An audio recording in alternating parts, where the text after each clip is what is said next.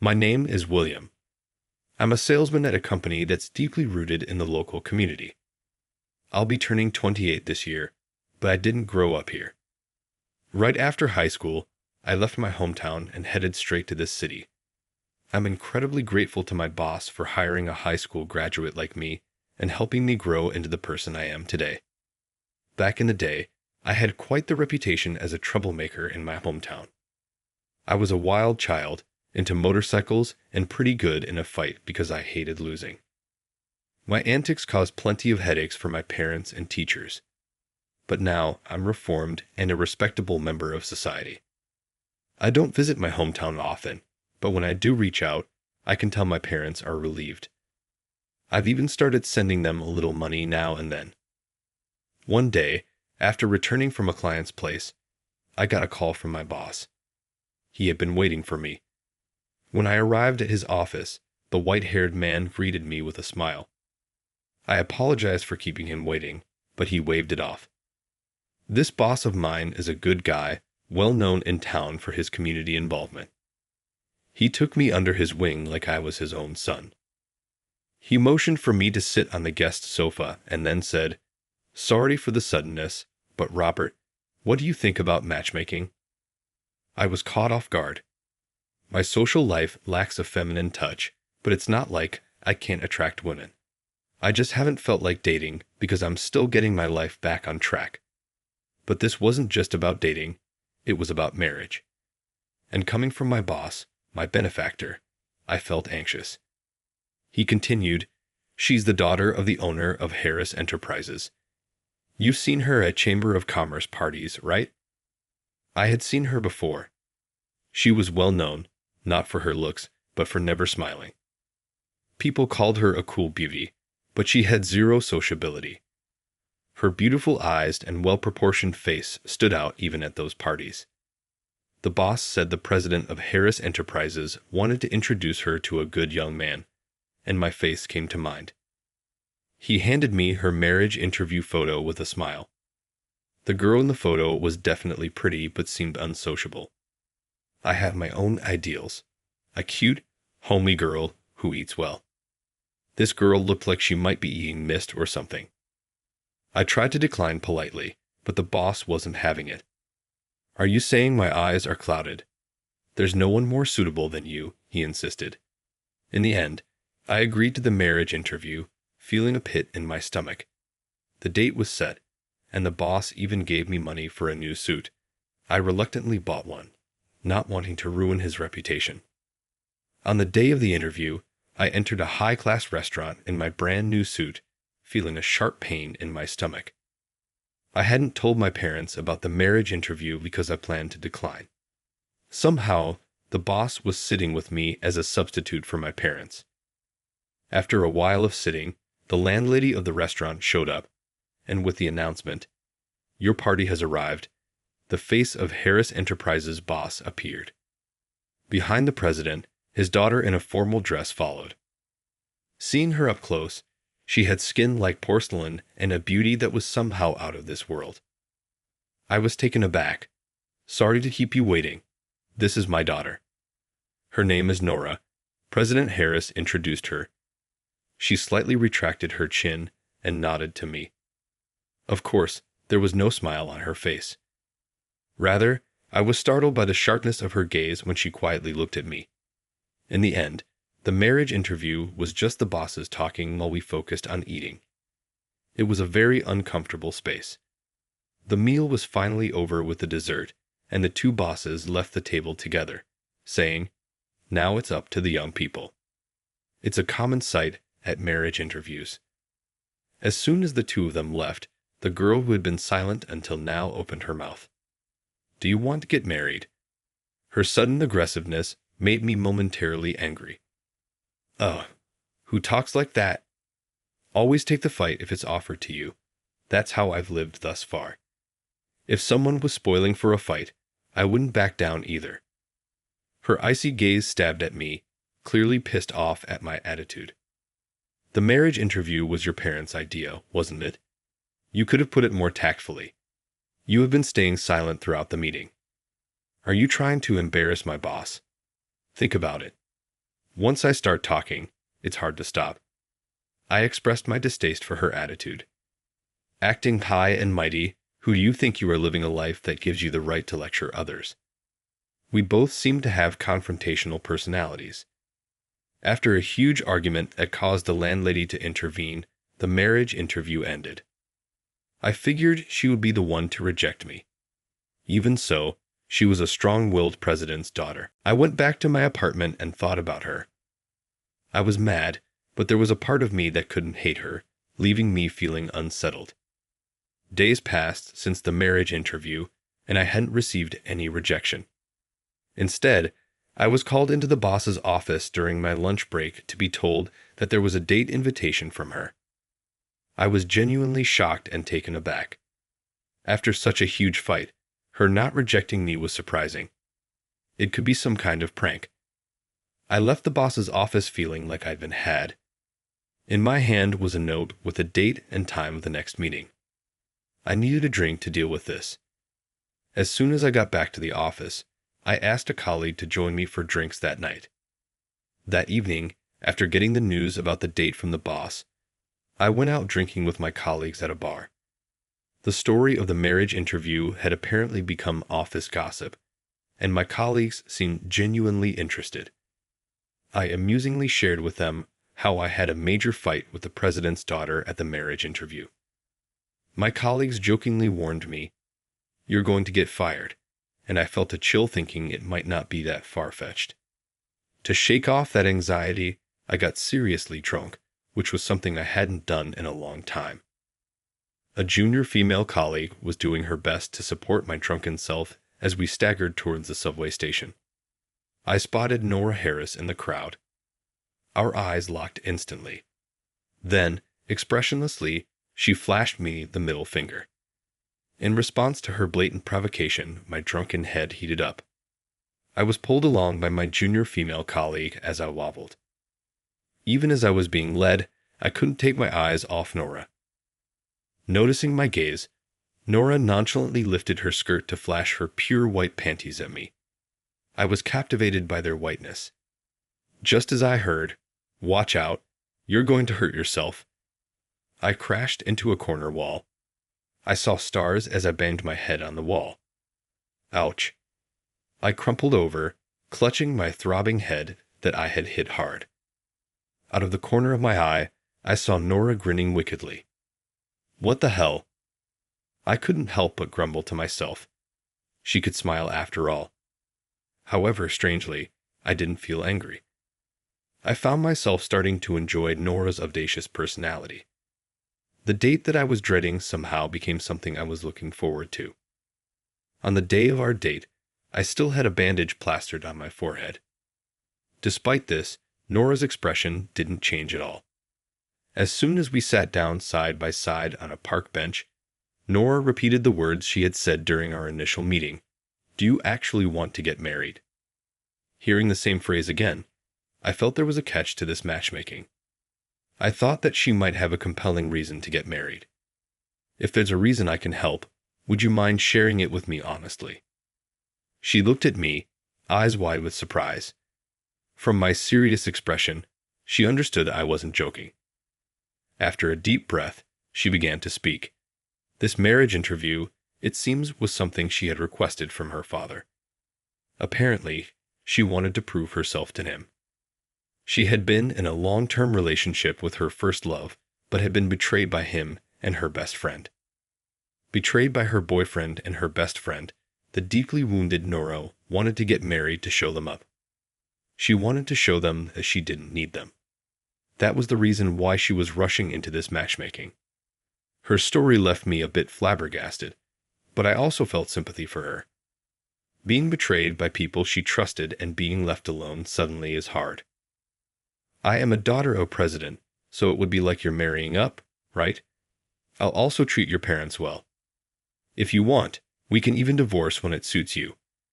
Her face was dead serious as she desperately tried to persuade me. I guess she's this desperate because she still can't forget her first love. Suddenly, I found myself feeling a strange affection for her.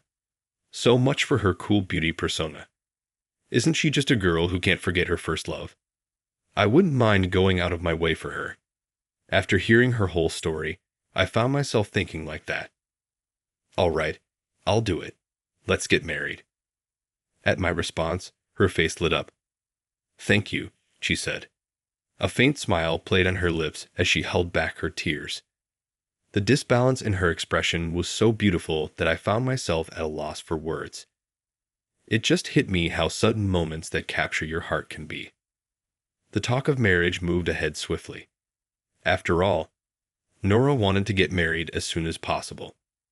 When I reported my plans to marry to the boss, he was happier than when his own son got married. I want to pay a visit to your parents, she said when I was about to start looking for a wedding venue. Nora said so with a serious face. I hadn't been back to my hometown or my parents' house in a long time. For me, my hometown was a place I had essentially abandoned. Only embarrassing memories remained. I was a little afraid to take her back to such a place. I didn't want to deliberately show her parts of myself that I disliked. But she said it's a necessary step and wouldn't take no for an answer. In a way, she almost forcefully decided on my return home. When we actually got there, I was surprised to find everything looking so familiar. The family home I so disliked returning to now felt incredibly nostalgic. Seeing my parents again after a long time, they had aged more than I imagined and looked noticeably smaller. My mom teared up at the sight of me, and when I introduced Nora as my future wife, she sobbed. She was overwhelmed with joy. My silent dad also seemed happy about my return, albeit in his own quiet way. After the greeting with my parents, I took her to something she had insisted on seeing during our visit. I led her behind the family's barn. There, her eyes lit up, and she exclaimed, "This is amazing." My motorcycle was just left out there next to the barn. Surprisingly, she loves motorcycles and has a license for large ones. She'd heard about me riding a motorcycle in my student days and had asked to see it. It's not a big one, but it's a bike I cherish. She stared at it for a while and then said, "Thank you." After that, I decided to show Nora around the neighborhood. "So this is where you grew up," she said, looking down on the river from the embankment with deep emotion. Compared to the city where she grew up, this must have seemed like a peaceful countryside. Everything might be new to her. After deciding to get married and meeting a few times, Nora's expression gradually softened. She would even flash a small smile at me. If we build a home together, will she smile more? As I thought about creating a warm home, I felt a bit foolish. She's marrying me not because she loves me, I remembered. But I guess it's okay because I'm in love with her. "Hey, is that you, Robert?" A hoarse voice called out to me, probably from too much drink. Turning around, I saw an old friend from my rebellious days, Steve, looking at me with a surprised expression. On either side of Steve Young, punks still in their prime were standing by. It seems Steve couldn't manage to reform himself after all. "Yes, but who are you again?" I replied. The heat in the room instantly surged. I figured he was a mate from my reckless past, but his features had changed so much I couldn't recognize him. The signs of a rough life were etched onto his face. "You think you can just waltz back here after all this time, acting high and mighty like the old days?" He glared and threatened me, but I wasn't scared in the slightest. My only worry was whether my girlfriend, who was with me, would be in any harm. As we locked eyes, Nora peeked her head out between us. "So it's true, you were a badass," she said, starting to laugh, clutching her stomach. Seeing her laugh so freely, both Steve and I were taken aback, losing momentum. "Who's this you're with?" "She's the woman I'm going to marry." "I see." Just like that, a peaceful expression fell over Steve's face as he looked at Nora. "It seems like your life has been moving on just fine." Hearing that, I remembered clearly who this guy was. The moment I realized, I froze on the spot. He was my ex-girlfriend's brother. I wanted to say something, but the words stuck in my throat, and I couldn't get anything out. While I was frozen in place, he gave Nora a gentle pat on the shoulder and smiled. Be happy with Robert. I had a sister too. She's not in this world anymore, but do it for her sake as well." Leaving those words behind, he started to walk towards his car parked under the Livy. The way he slouched slightly as he walked looked like a testament to the past he was carrying. As I stood there in a daze, Nora took my arm and smiled. "Should we go visit your ex-girlfriend and your buddy?" At her words, I shuddered. I wondered how she knew. My mind spinning, I left my hometown because of a motorcycle accident. I loved motorcycles since my rebellious days, and in my youthful folly, I thought reckless riding was cool. Back then, my girlfriend was a year younger, and she often rode behind me on my motorcycle. The night of the accident, I was at the police station because of a fight I got into during the day, along with my parents and my school teacher. When she heard I was taken to the station, she panicked. She was riding on the back of my boy's bike to come pick me up from the station when the accident happened. It wasn't because they were riding recklessly. The driver of the compact car that hit their motorcycle was an unlicensed high schooler. He was a kid just like us, up to no good, and apparently he fled the scene without even calling an ambulance. When I was finally released from the police station, I remember being punched out of the blue by her brother at the entrance. When I finally saw her and my buddy in the cold morgue, I couldn't even cry. I was left in a state of utter disbelief, emotionless, unable to do anything but gaze at the two of them. Afterward, as soon as I graduated, I left my hometown. I left everything behind, including my home, to start afresh. To my surprise, Nora seemed to know all about this. "My dad would have definitely looked into my potential match," she said with a hint of regret. It made me wonder, knowing all that, why she would agree to this matchmaking. Knowing my past, how did this match even happen? By all accounts, I was a nuisance, wasn't I? Did her father not consider the harm it could do to his daughter? Times change. "My dad understands that, and so do I," she retorted, sounding a bit upset. I scratched my head, realizing the depth of Nora's father's understanding.